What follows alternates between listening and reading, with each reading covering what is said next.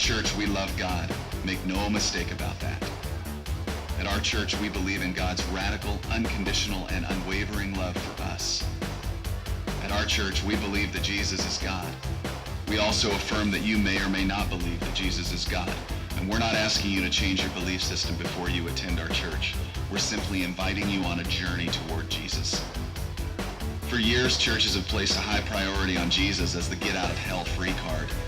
At our church, we place the highest priority on Jesus as a live life to the fullest invitation. At our church, we believe every person has a dream deep inside their hearts, and that God put that dream there, not for our glory, but for His. At our church, we're not concerned with where you've been, but where you're going. At our church, we believe that the Bible is God's Word. It is real, it is living, it is active. We believe that people who don't go to church anywhere are not the enemy. They are real people who need the perfect love that only God can give. And we believe that God gives this love through, of all people, us. At our church, we do not and we will not display a holier-than-thou attitude toward anyone. We are all broken people, but He is putting us back together. And finally, and most importantly, at our church, we believe that Jesus really lived, that He really died on the cross, and that He really rose again on the third day.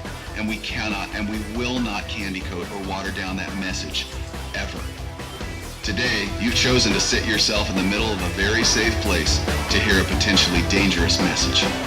Welcome to our church. Y'all stand up, sing with us.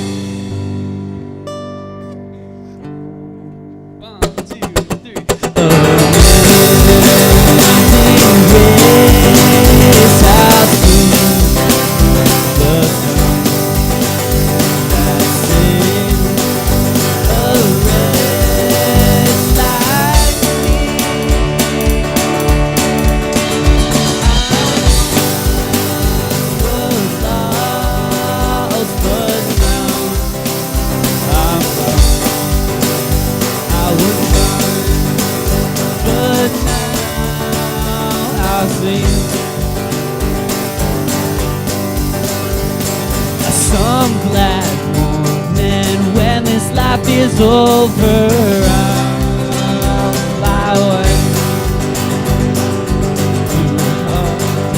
on God's celestial shore.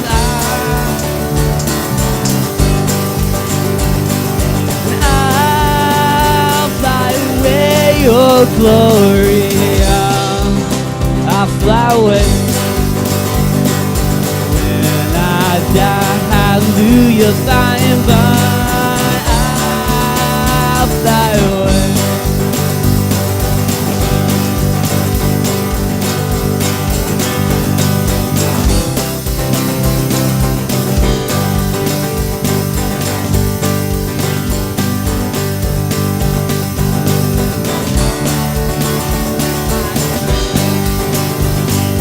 This train is bound for glory, this train is bound for glory, this train This train is bound for glory, and I'm gonna ride for the righteous and the holy. This train ain't bound for glory, this train. This train, I don't care no gamblers, this train. This train, I don't care no gamblers, this train. This train, I don't care no gamblers, something. This train, I don't care no gamblers, this train. This train is bound for glory, this train. This train is bound for glory, this train. This train is bound for glory, and I'm gonna ride for the righteous and the holy. This train, alright, it's your turn right now, here we go. Chill out. This train is bound for glory, this train. This train is bound for glory, this train. This train is bound for glory, and I'm gonna ride for the righteous and the holy. This train ain't bound for glory, this train is bound for glory, this train. This train is bound for glory, this train. This train is bound for glory, and I'm gonna ride for the righteous and the holy. This train ain't bound for glory, this train. This train ain't bound for glory, this train.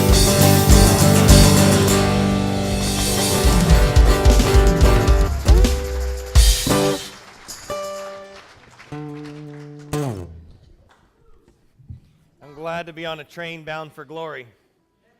Most of the time, my life feels like I'm on a train bound for somewhere else. Right? Welcome to Beach Baptist, where it's not what you're used to.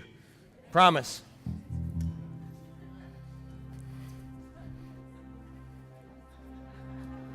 That feels good. Feels good. Who's on vacation? That's a month or less here in Fort Myers Beach. It's okay. We know you're out there. Yeah. Awesome. Yeah. We're just glad to have you. Yes, the shock factor will wear off in just a minute, but it'll be okay, I promise. Well, we do want you to fill out one of those white slips in the pew in front of you and take it back to the coffee shop when we're done. You can get a free gift just for showing up and just having a good time with us. We promise we're not putting on any list. No Amway callers are going to come or nothing like that. It's just for us to be able to love on you a little bit. That's what we want to do. Wow, that's loud. Really loud. Like it might be in the monitors loud. It is. So that's our visitors. Then if you're from around here, that's more than 4 weeks in a year. I want you to fill out that other colored card because you're part of us. You may not like it, but you're part of us. And guilt by association. Fill one of those out. You need to see Katya with that one because she wants to take a picture of your pretty face and your wife and kids and everybody you got with you. Put that in our directory so that we can remember who you are because it's really hard for us to do that around here. Lots of people come in, lots of people go out. So we got just a little app so we can know who people are and remember your face and have contact with you when you go back home and rub it in that it's 85 when it's 40. It's just our job. Somebody's got to do it. Welcome. All we've got is Jesus this morning. Yeah, we kid that it may not look the same. Yeah, absolutely. That's fine. Yeah. We kid and tell you it may not look the same, but he is the same, I promise. He may just get packaged a little different here. But he's the same God you serve, the same God I serve. So we're going to do that together this morning. Let's have a good time. Why don't you just take 5 seconds, turn around and say, glad you're here to somebody, and we'll keep singing.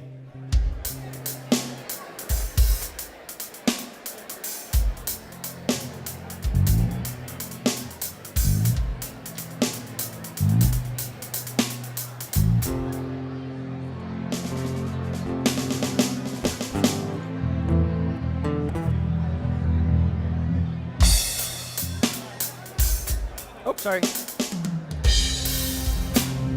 You all right? You doing better? Coming up? All right.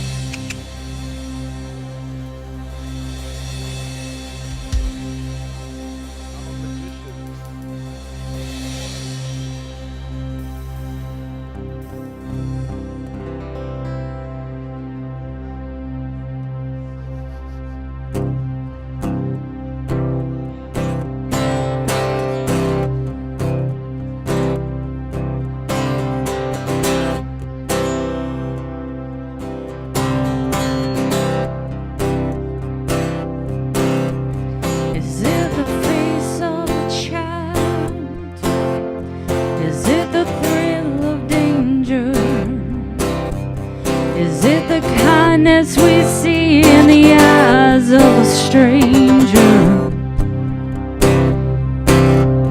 Is it more than faith? Is it more than hope? Is it waiting for us at the end of our road? I say it's love.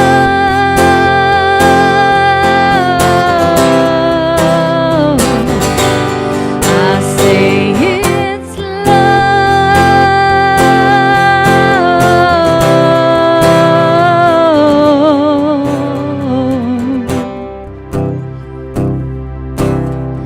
Is it the one you call home? Is it the Holy Land? Is it standing right here holding your hand? Is it just like the movies? Is it rice and white lace? Is it the feeling I get when I wake to your face? I say it's love.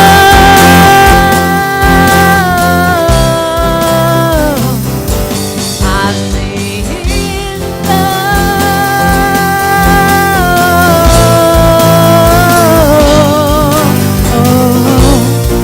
Is it the first summer storm? Is it the colors of fall? Is it having so little and having it all? Is it one in a million? Is it a chance to belong? Is it standing right here singing this song? I say it's love.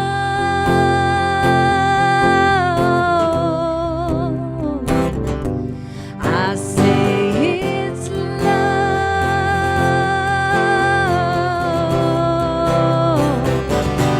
I say Is it a it's barrel of crush?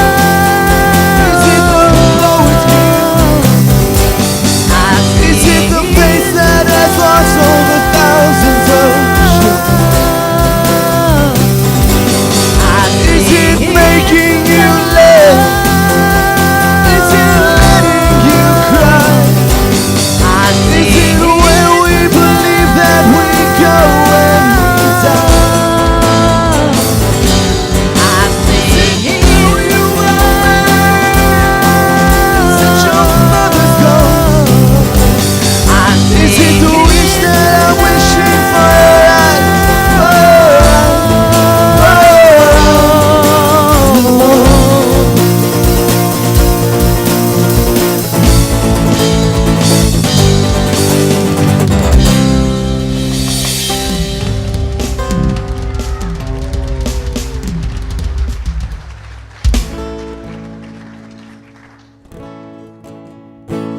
Y'all sing with me on this one.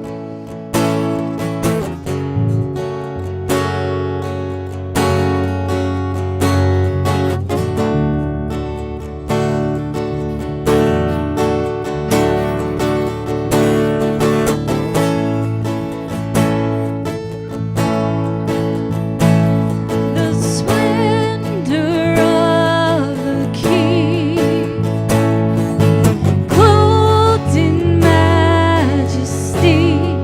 Let all the earth rejoice, all the earth rejoice. He wraps himself in light, and darkness tries to hide. Trembles at his voice, trembles at his voice. How great is our God? Sing with me, how great is our God? And all will see how great is our God.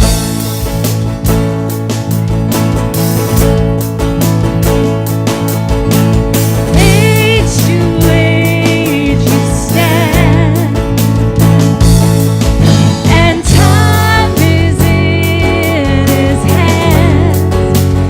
beginning and the end, beginning and the end. The Godhead three in one. Father, Spirit, Son, the Lion and the Lamb, the Lion and the Lamb. How great is our God. Sing with me, how great is our God. And all will see how great is our God.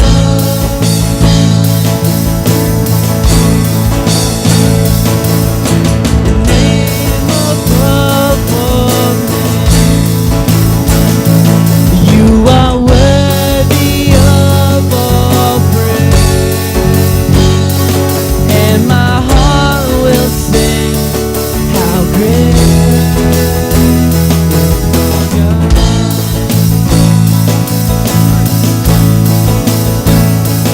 How great Name above all names. Sing with me, You how are worthy great of is our God.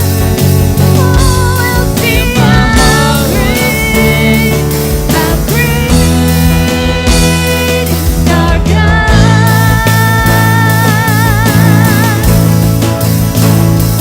How great is our God. Sing with me, how great is our God. And my heart will sing How great is our God. Go. Y'all sing it for me. How great.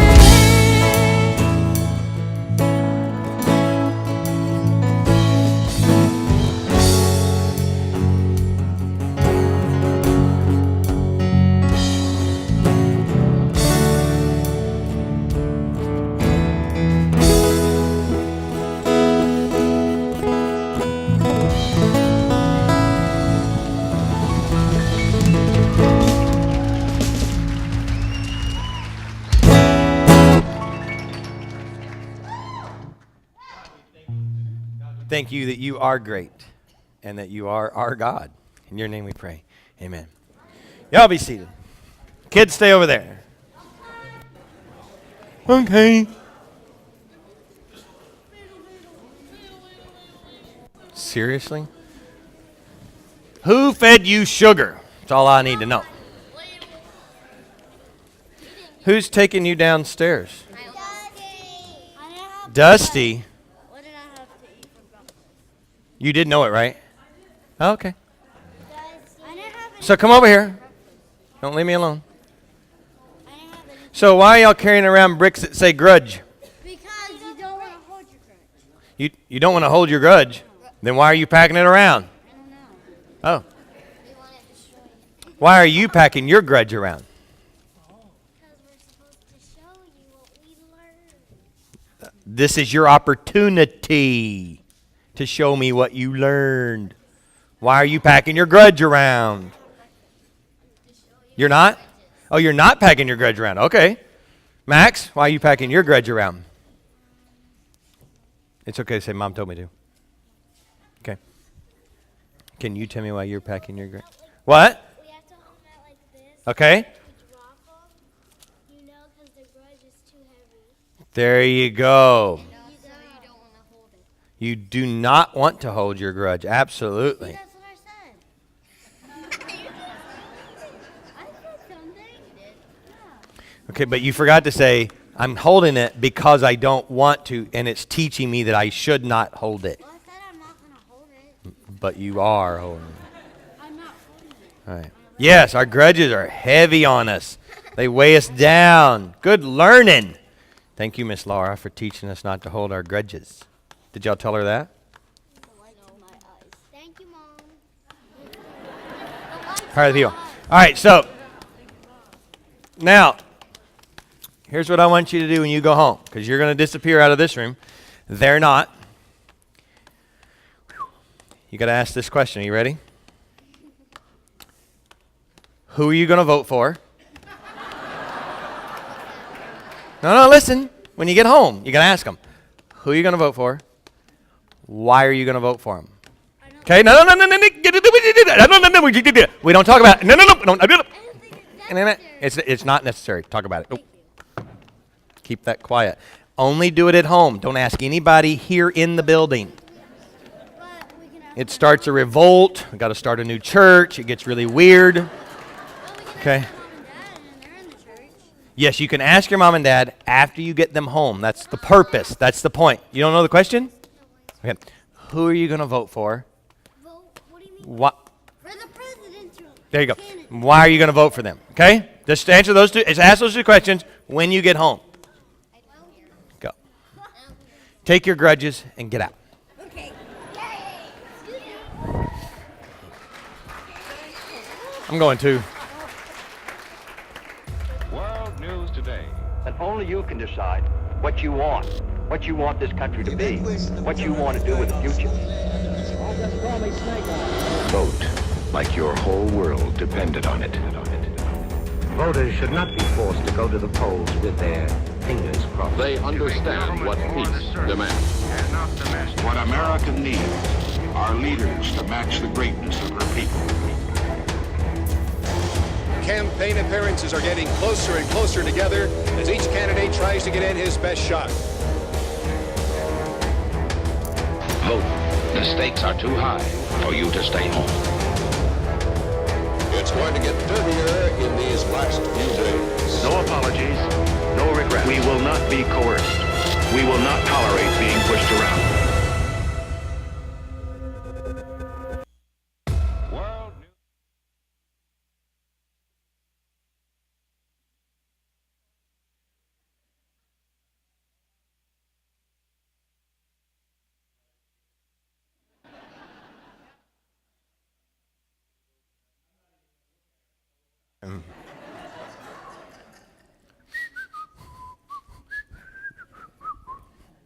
No, seriously.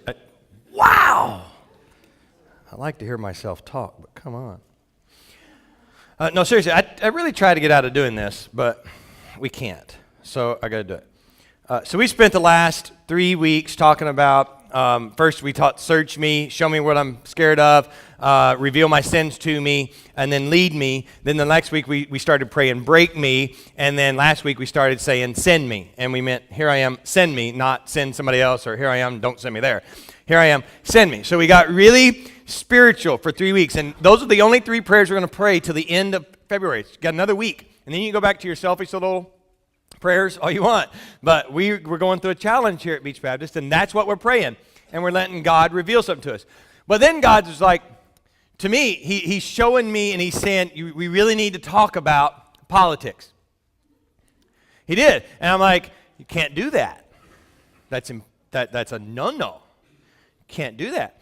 So I told God no, and God said, no, yes, you can, if you know what we're trying to talk about.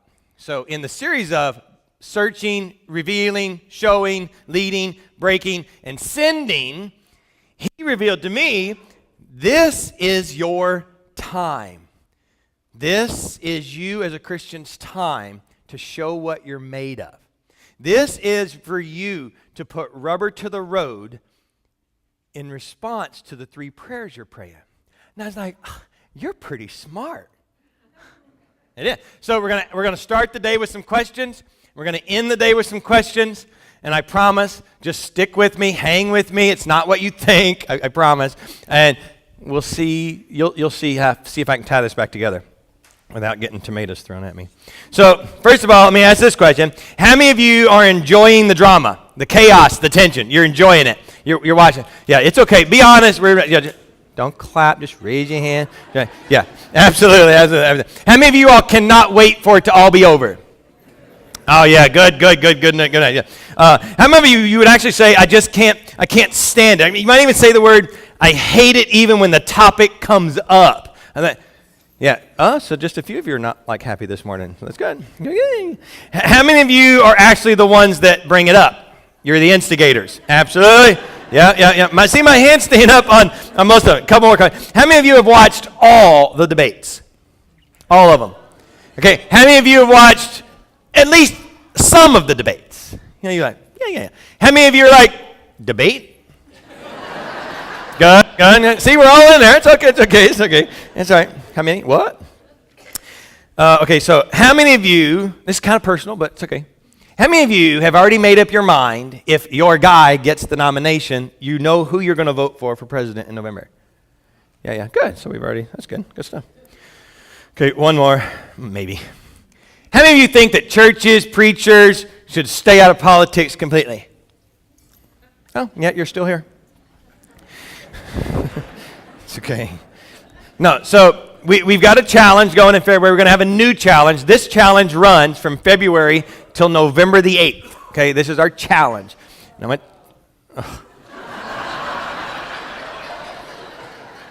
You had a challenge that lasted in January. You went, I got to not complain. You had a challenge in February to just pray 3 prayers. You're like, oh, no. And now you got a challenge till November. I can imagine you going, oh, no.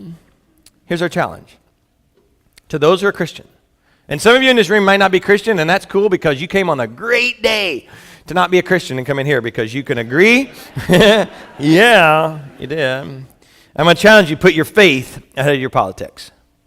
Put your faith ahead of your politics. You write that down, and then go ahead and take out everything in your brain that you've already decided, I already do that.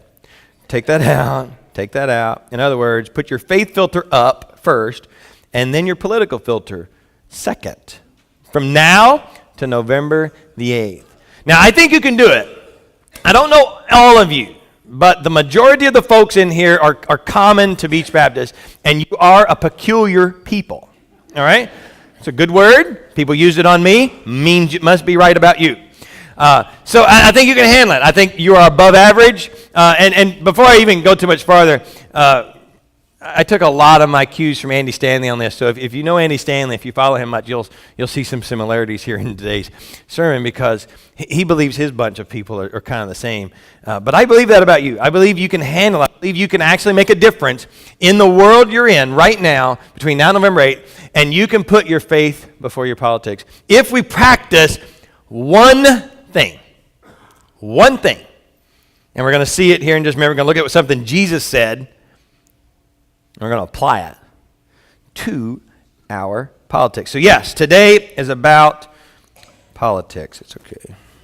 It's okay. See, you and I need to be a Christ follower first and a Republican second. You need to be a... Stop it! See, I should have said it second. You need to be a Christ follower first and a Democrat second. You need to be a Christ follower first and a libertarian or an independent second. Whatever you are, you need to be a Christ follower first. We're talking about just in the relation of politics. This goes to the rest of your life. But that's what you need to be first. If you're only known as your party affiliation, you stink. All right? You are not a good Christian. I'm going to put it out there. If people know you by what you think about your politics first, and that's their primary objective or your opinion of you, you stink. You need to change. That's all I'm going to tell you about that. But because whatever your political views, you need to put them below your faith values. Because, listen, if not for any other reason, nobody has ever died and gone to Washington, D.C. Nobody. They haven't. Yeah. And you know what? We all go through hard times in our life. We go, especially as a pastor, I've been by the bedside of people, and no one has ever come to me right at the end and say, Pastor, would you please read to me just some portions of the Constitution? They never have. Nobody's ever came to me with that. And I doubt they've ever came to you. And that's where we need to kind of keep everything into perspective. Because as important as this stuff is and as amped up as you get over your political things, at the end of the day, you know that there's stuff more important. You do. And faith, primarily, is more important than all this stuff. So now, November 8th, put your faith ahead of your politics. Now, let me tell you what I'm not saying, because this is a practice I had to start last year. This is what I'm not saying. I wrote these down so that you know what I'm not saying. I am not saying that you shouldn't have an opinion. You better have an opinion. You better have one. And as a matter of fact, some of you have an opinion about everything. And you usually let people know. So that practice is not going to change, okay? And it's not going to change with one Sunday morning sermon anyway. So it's just easier for me to tell you, you go ahead and have your opinion. It's okay. Listen, it's okay for you to yell at your television. It's okay. Yeah, I don't want you to stop that practice. You just get up. It's okay if you're the guy or the woman in our house that puts his mute and then tells us what they ought to be saying. It's okay. It's okay. You keep doing that. I don't want you to change anything about that practice. It's fine, all right? You know, not even suggestion that you and I are ever, nor should we ever, agree. Never. We shouldn't. I'm not suggesting that all Christians should vote for one candidate or even lean to a particular party. Not doing that. That's not what I'm saying. And don't you ever get that out of today. I'm simply suggesting you put your faith ahead of your politics. And we're going to look at what Jesus said, and we're going to look at a way to do it. And in a way that God will get glory between now and November 8th. And not you. So here, you're hearing, thinking for some of you, I'm so glad you're talking about this, right? Because people need to hear it. I mean, you're confident that you got this down. Right? I mean, some of you are thinking that right now. Yeah, absolutely. My faith is paramount to my politics. But that guy over there, you need to tell him. And very few of us actually see a conflict in our faith in politics. You know, you would say, the very reason I'm a Republican is because I'm a Christian. The reason I'm a Democrat is because of my faith. You'd say, I use my faith to decide where I want to be politically. I'm not going to ask you to raise your hand, but many of you are thinking that. I used my faith to get to my political views. And you're glad? Like I said, we're talking about it because others need to hear it. My faith and politics are synonymous, you might even say. You might even say, I mean, if you're a Republican, I mean, of course your faith determined it. I mean, God is always right, Jesus is always right, and you're always right. So there it is. We're always right. I mean, it's basically kind of in the Bible, right? Why do we even need to talk about it? And then there's the whole thing in the New Testament where Jesus called Matthew to be one of his disciples, and another word for tax collector is publican, so he republicaned him. Yeah? It's right there. It's right there. I mean, Jesus said it. Let's just look. Verse 5, 31, 32. This is what Jesus said. Jesus said, it's not the healthy who need a doctor, but the sick. I have not come to call the righteous, but sinners to repentance. There it is right there. I mean, it's kind of dig in there, but you got to see it. It's right there in the text. You know. But if you're a Democrat, you're saying, what? Absolutely not. Jesus was a healthcare dispensing machine. Everywhere he went, people lined up, and he simply healed them for free. He never charged a penny. He never turned anybody away. He just said, come on, come get whatever you need. And don't even get me started about the fact that he was always on the rich people. I mean, he was saying, you know, those rich people, I mean, they're not going to go to heaven because they're going to poke an eye out with a needle or something. I don't even know what it says, but that's what Jesus said about the rich people. And you have to be a Democrat if you're a Christian. I mean, rich people aren't even going to heaven. That's what he said. He was clearly a Democrat. It's in the text. Look at Mark 15, verse 37.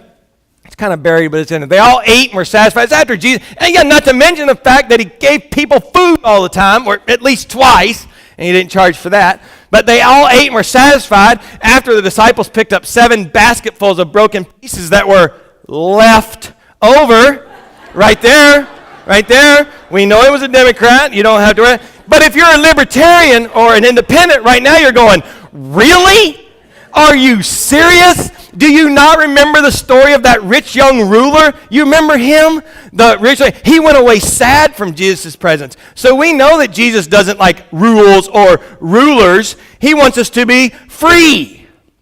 And as a matter of fact, there's a really important verse in the Bible. The most important verse in the Bible is John 3:16, right? But there's one that every political person uses that is usually misused. And you'll just fill in the blank here at the end. You will know the truth, and the truth will set you free, as in liberated, as in independent. And And then, not even that, but Paul talking to Christians. Jesus didn't even talk to Christians. Paul's talking to Christians. And he told them one day, you need to work with your own hands, and you need to mind your own business. We all need to mind our own business. We need to mind it personally, and we need to mind our own business nationally. Jesus would want us to be free from all of that stuff. Jesus was clearly a libertarian. Anybody not offended yet? I don't want anybody to get left out. We got them all. You got them all? Yeah, because see, that's one of the reasons we can't talk about it, because somebody told me one day, who was it? Are you in here? You told me that if I ran for political office, I lose a third. Yeah, he said, you lose a third of your friends. And I said, that's an upgrade. So, I'm an equal opportunity offender, and I'm trying to gain a third of you back, see? There you go. So there we go. We're all that. So here's the point, though. When it comes to putting your faith before your politics, it's not enough to say, here we go, Bible first, politics second. It's not enough. Because you can find anything in the Bible to support your view. Trust me. You do it all the time. Whatever it is you want to validate, you just flip open some Bible pages and you find it. And then if it doesn't read right there, you just get another version out. You'll figure it out. You'll get it. And this is what's even more surprising. It's not enough to say Jesus first, politics second. That's not enough. Because you can find things that Jesus said that will support your viewpoint. You do. And you do that a lot. Not just in politics, but primarily at this time of year, politics. And that's surprising. But the interesting thing when it comes to this political season, we all want Jesus on our side, don't we? Can I tell you, he didn't come to be on anybody's side. He came to rule over everything. He came to be in charge. He came to take over. But for some reason, during this time, especially when Christians get together, we try to reel Jesus in over to us. No. This is why Jesus would be that way. That's not enough. It's not enough. See, it requires us to go beyond knowing what the Bible says. It requires us to go beyond what Jesus said. It requires us to look at the situation and ask, how would Jesus respond? In other words, we have to actually do something. To get this right, we have to do something that Jesus actually did. Not question what Jesus would do. We got to look at something Jesus did. And that's what we've got to do. And Jesus actually did what we're going to look at, I promise. Because he did one thing consistently, and he created a model for us to live by. And I don't think there's any more important time to apply this than this time of year. I told you in January, we're going to talk about politics as a culture till November. And it is our time as Christians to shine. It is our time to come up and to show people who Jesus really is. It's so simple, but so convicting and transforming. The way you keep your faith in front of politics, here, write this down. You keep people first and politics second. People first. Politics second. Not Bible first, not Jesus first, but people first and politics second. Woo. See, Jesus taught that what's best for people is for people to be first. That's what Jesus taught. He always put what's best for people first. Always. Always. Are you good at that yet? Are you good at putting what's best for people? No? Oh, good. So you're all sick. Good. Why y'all get so quiet? It's okay. It's okay. You see, people are our common ground. Putting people first is the common ground we have with the world. It's the common ground we have with God the Father. Putting people first. It's the common ground we have with Jesus. It's the common ground we have with each other. People first is very, very common. Let's say it this way. You can put that up there now. We can disagree on what's best for people, but we can't disagree that what's best for people is what's best. Think about that. I didn't write it, and it took me a long time to get it, so I'm going to let it stay there a minute. We can disagree on what's best for people, but we can't disagree that what's best for people is what's best, because Jesus already told us what's best for people. Can't disagree on what's best for people being what's best. So it'll come back up there in a minute. Just name any topic that you debate about, and you can disagree on which side of it is best for the people. You can disagree on that. That's okay, but you can't disagree that what's best for the people is what's best.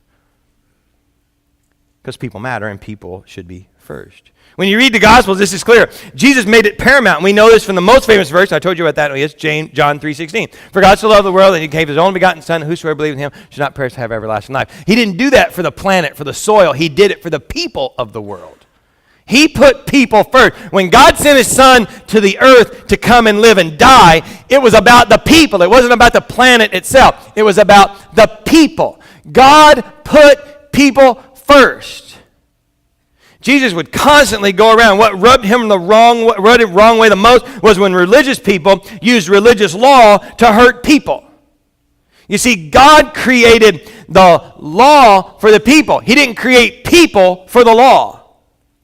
God created religion for people. He didn't create people for the religion. He always put people first, and he gave them what they needed. People first. People first. How's this going to work between now and November 8th? Well, let me kind of tell you this, and this is kind of my version. There was a group of people that came to Jesus and they asked him a question. And he basically said, Jesus, what's the most important thing? Now, there was a lot of important things, so Jesus didn't negate the importance. But basically, I think they were asking Jesus, what's the most important thing we should remember, we should know? What's the most important thing? And he started like this. This is how he answered, Matthew 22:37. He said, love the Lord your God with all your heart, with all your soul, with all your mind. That's the greatest and first commandment. Makes kind of sense, right? And we've preached on these two verses before, not in this context. But wouldn't it be cool if he'd have just stopped there? Right? Ask any candidate that you know of, do you love God? The answer, yes. Absolutely. Unless you're atheist or agnostic, they're all going to answer this way. Do you love him with all your heart? Well, I mean, not like whole heart. I mean, I don't even know how to do that. That gets kind of tough. But yeah, I mean, like mostly, kind of like you, right? I mean, if I were to ask you, you love God with your whole heart? You'd be like, I mean, I try, right? I'm fallen. I mean, I'm flawed. I mean, God knows that I'm trying. That's what you would say. And that's what they would say. With all your soul, do you love with all your soul? And then those guys might say, you know, I don't even know how that happens, but yeah, probably. With your mind, do you love it with your whole mind? I don't even know what that looks like, but I'm going to say yeah. Probably so. But before he could even continue, because see, Jesus knew that this, you can't qualify. You, as a Christian, can sit out there and tell people all day long, yeah, I love God. Totally, absolutely, totally. And people come at you with questions like, but I love God. Jesus didn't even stutter to give him a chance. He was like, hold on. And he finished, and he said, and the second is just like it. Just like it, meaning equivalent with it.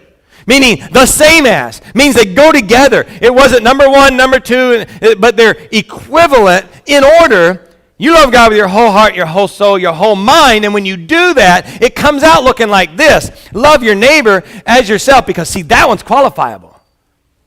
That was qualifiable. And he said, all the law and the prophets hang on these two things.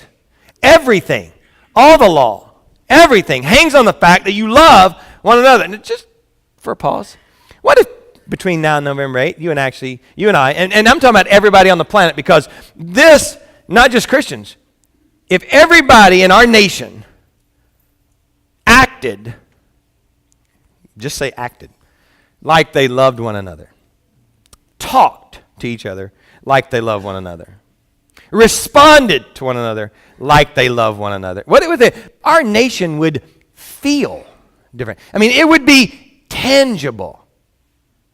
We wouldn't even need law. I mean, we would leave them on the books, but they never get tested. Just wouldn't happen. Jesus says everything hangs on this.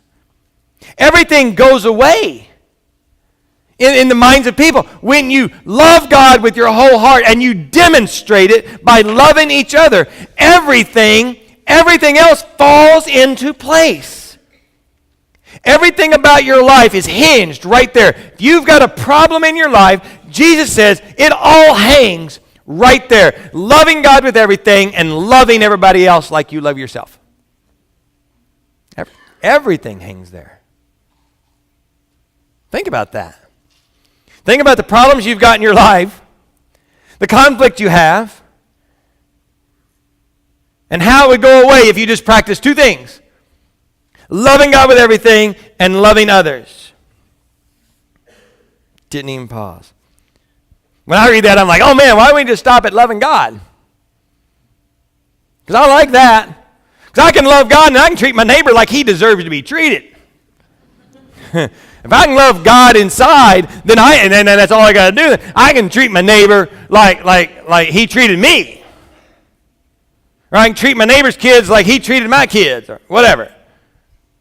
If I could just stop at loving God, can't we just stop there, God? I mean, then I don't have to worry about how I talk to people. I don't have to worry about how I respond. I don't have to worry about how I think about them. If I just have to stop with loving God, because I don't have to qualify that with you. No, but Jesus said, no, this is what's important to me. Because what's best for people is people. What's best for people is people, and that's important to me. So you may be able to debate what's best for people, but you can't debate what's best for people. Can't debate it. Jesus would say, if you forget everything else I say, I mean, seriously, take the Bible away. Don't ever open it. I mean, that's not a directive. That figuratively. They take it away. You remember two things. Love God with everything you have, and love every single person you come in contact with like you do yourself. You don't even need it. But what about this? Well, hello? Go back. Step 1, step 2. You get to step 3 and you find a problem. Go back to step 1, step 2, till step 3 goes away. I know you're scared. Because this is profoundly simple. We can disagree what's best for our neighbors, but we can't disagree with what's best for our neighbors is what's best. You cannot debate that loving people is what's best. Can't do it. Profoundly simple. Wow. So simplistic. Let's switch gears a little bit. You're probably thinking, yeah, he's probably right. But he's taking all the fun out of it. Right? That's what I thought. I heard it. Thought the same thing. Think about this. Your behavior makes perfect sense to you, doesn't it? Everybody's behavior makes perfect sense to them. Your behavior, nobody's out there and gets asked, why'd you do that? And the honest answer is never, well, I don't know. Your behavior makes sense to you. Just like your political view makes sense to you. Everybody's political view makes sense to them.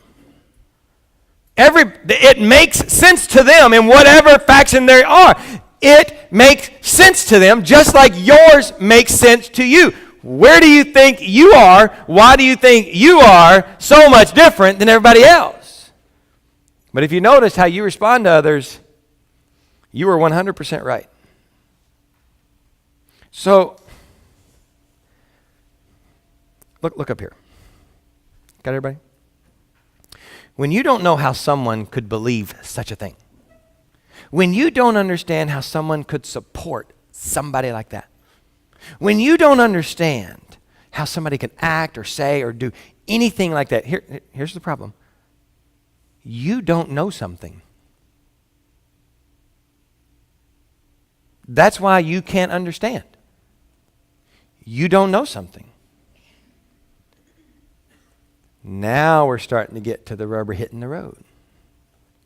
Because if I don't know something about something or somebody, guess all I got to do? Ask. Just ask. Man, see, whenever you find yourself in one of those contentious situations, or you overhear someone talking and you're almost obligated to go insert yourself.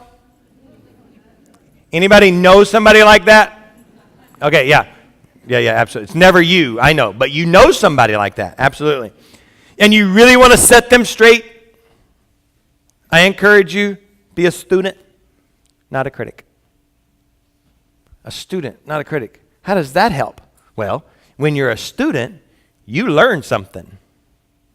And if you happen to be out there thinking you don't need to learn anything about their point, you are arrogant. You are insecure.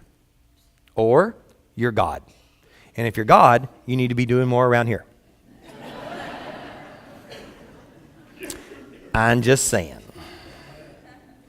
So if there's something inside of you that gets so amped up this political season that you can't learn something, you have a you problem.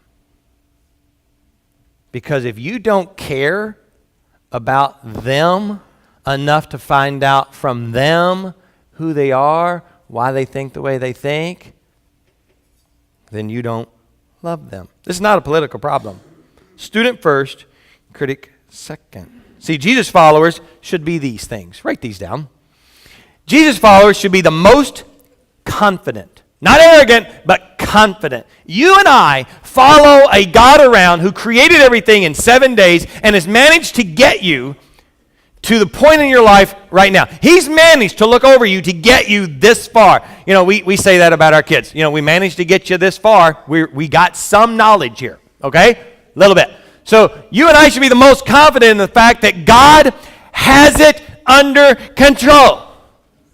We still got an opinion. Remember, I'm not saying that. But we got to be the most confident.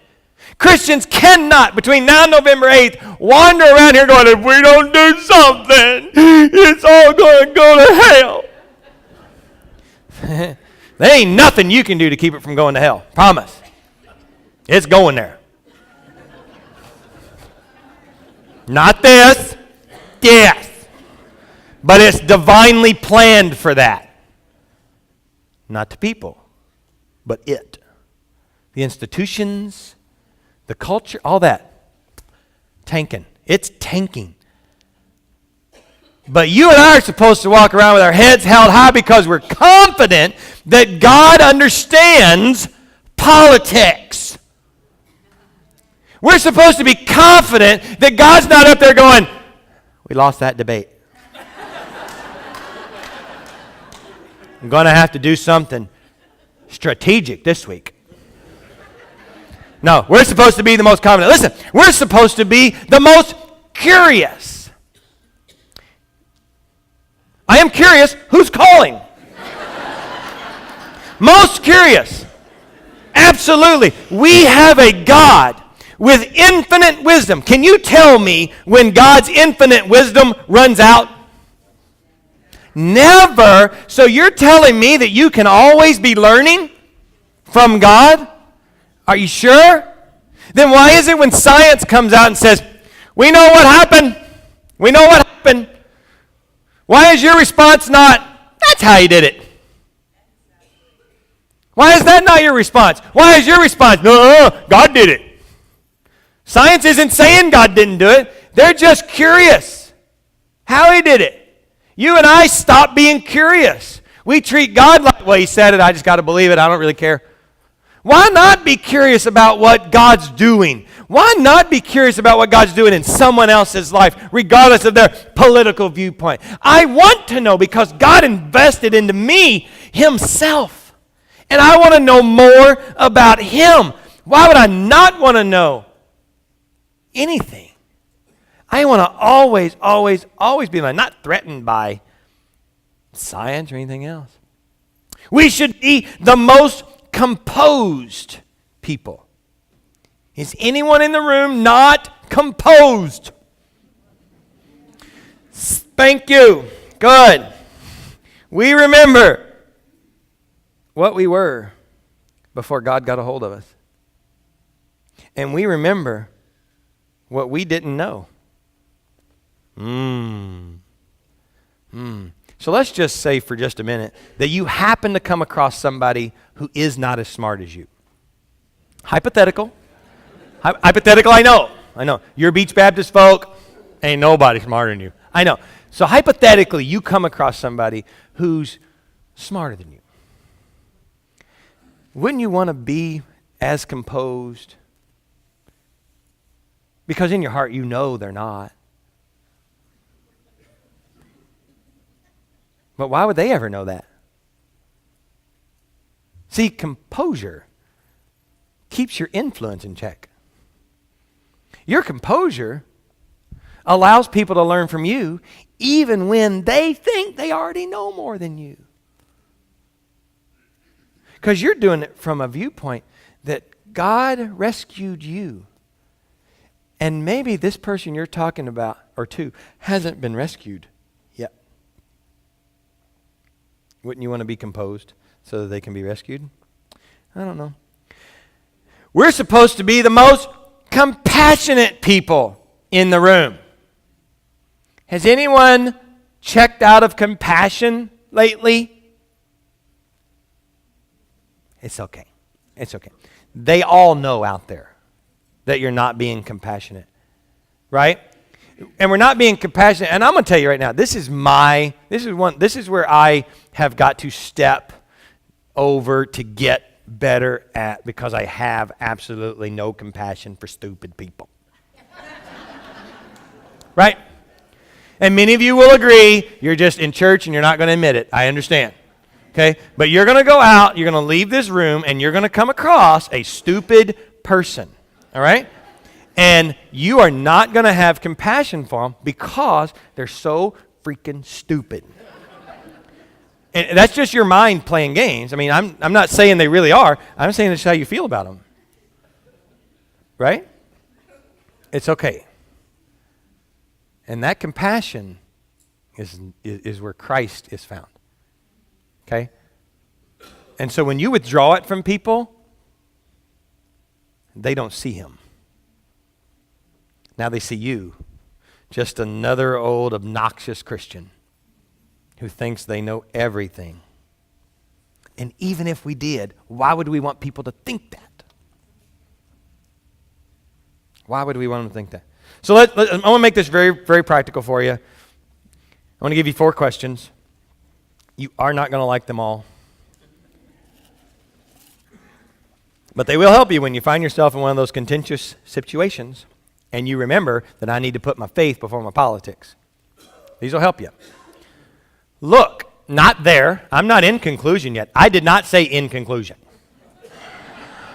I'm giving you 4 new questions that you didn't have. These are new questions. I'll say in conclusion when I want them to think we're leaving. In conclusion, not really. Not really. You find yourself in this little thing, and you're starting to get. Here's first question. Hey, so we can learn. What led you to hold that view? What led you to hold that view? Not what led you to hold that view, but what led you to hold that view? And how'd you come to believe that? Your path. You ever notice that whenever you come into somebody and you find out what they believe, that's the tail end of their life? When you find out what somebody believes, that's the tail end. Why not try to learn the beginning of the story?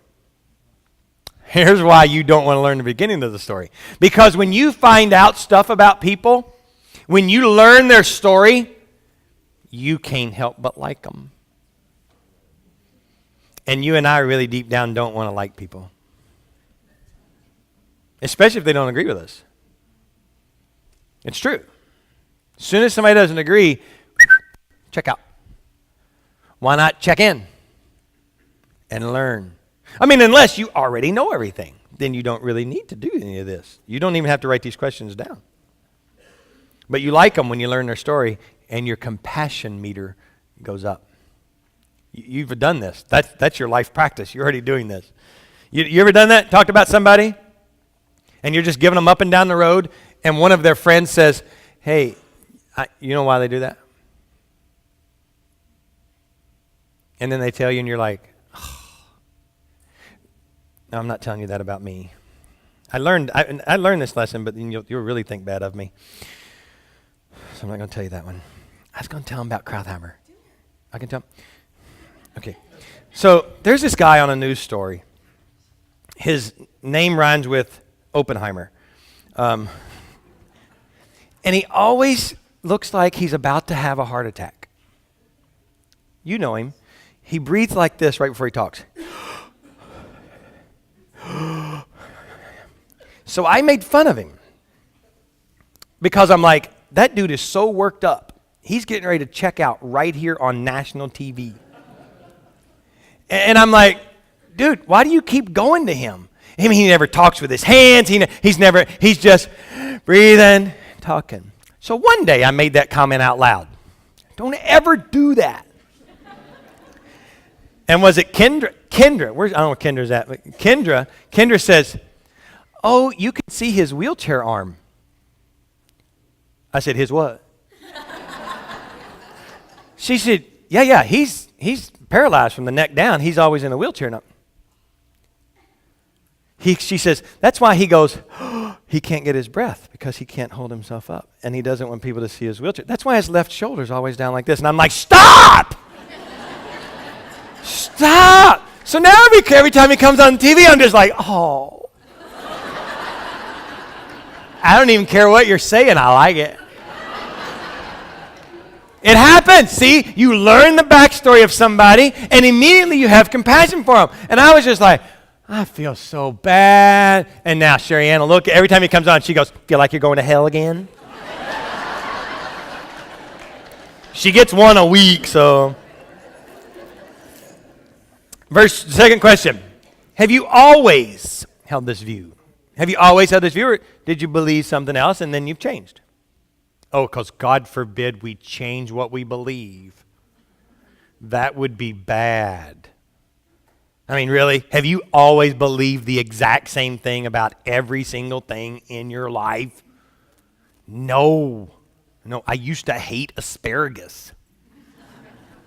Now I like it. I don't know why. Just do. You know that can go to everything? Used to not. Now I do. It's okay. So have you always held this view? More of the story, I'm just learning from you. I'm just learning who you are. Now I know you want to be snarky, so I gave you a couple of questions you can be snarky with. So this one, because when the discussion moves from policy to person, you know what I'm talking about. You know what I'm talking about. This is where you can say, oh no, before I should say, did you know that we're commanded not to let any unwholesome words come out of our mouth? Did you know that? Did you know that God doesn't just remove that right before the political season and go, we'll put that back in after we're done? No. He lets it stay the whole time. Yeah. So this no unwholesomeness. So when you're in there, but it is a little snarky, I got to say. Have you met them? Just ask that question. Have you met them? Do you know them? And their answer will probably be no. All you got to say is, oh. And then shut up. Just shut up. And so, because it's going at it, and they're talking about the personality of the person that you like and they don't like, and then you just say, have you met them? Oh. And that's it. You don't have to say anything else. Anything else. Fourth question. Oh, y'all didn't like that one? I thought that was a good question. This is the one you're not going to like. Are you ready? Because this will put it on you a little bit. I get most of my information from the media. How about you?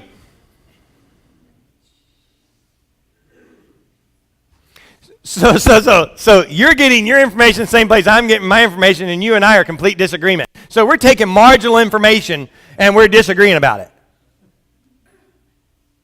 I get my information from the media. How about you? Why? Why would you and I? Okay, so here's the point. 90% of us get 100% of our information from the same source. 90% of us get 100% of the information from the same source.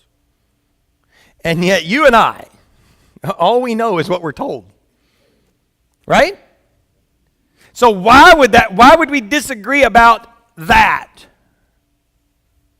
That's not a slam on the media, because we're not state-run media sources. We're just people with opinions telling us. Now, granted, the other worlds don't have Facebook like you and I have. So we're probably way more informed. Have you ever been with someone who says, no, I read that on Facebook? Oh, sorry, didn't know we were diving into that media frenzy. Yeah, no.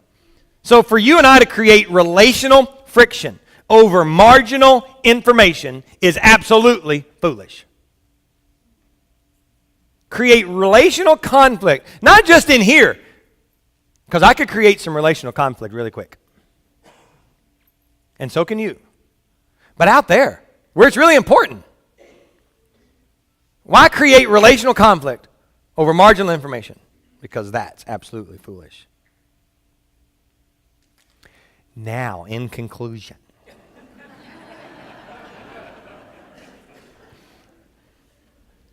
let's answer these together. Should you have an opinion? Don't be scared. Should you argue your point? Absolutely, absolutely. When it's done right, with the right motive, absolutely. Because people need to learn. Everyone needs to learn.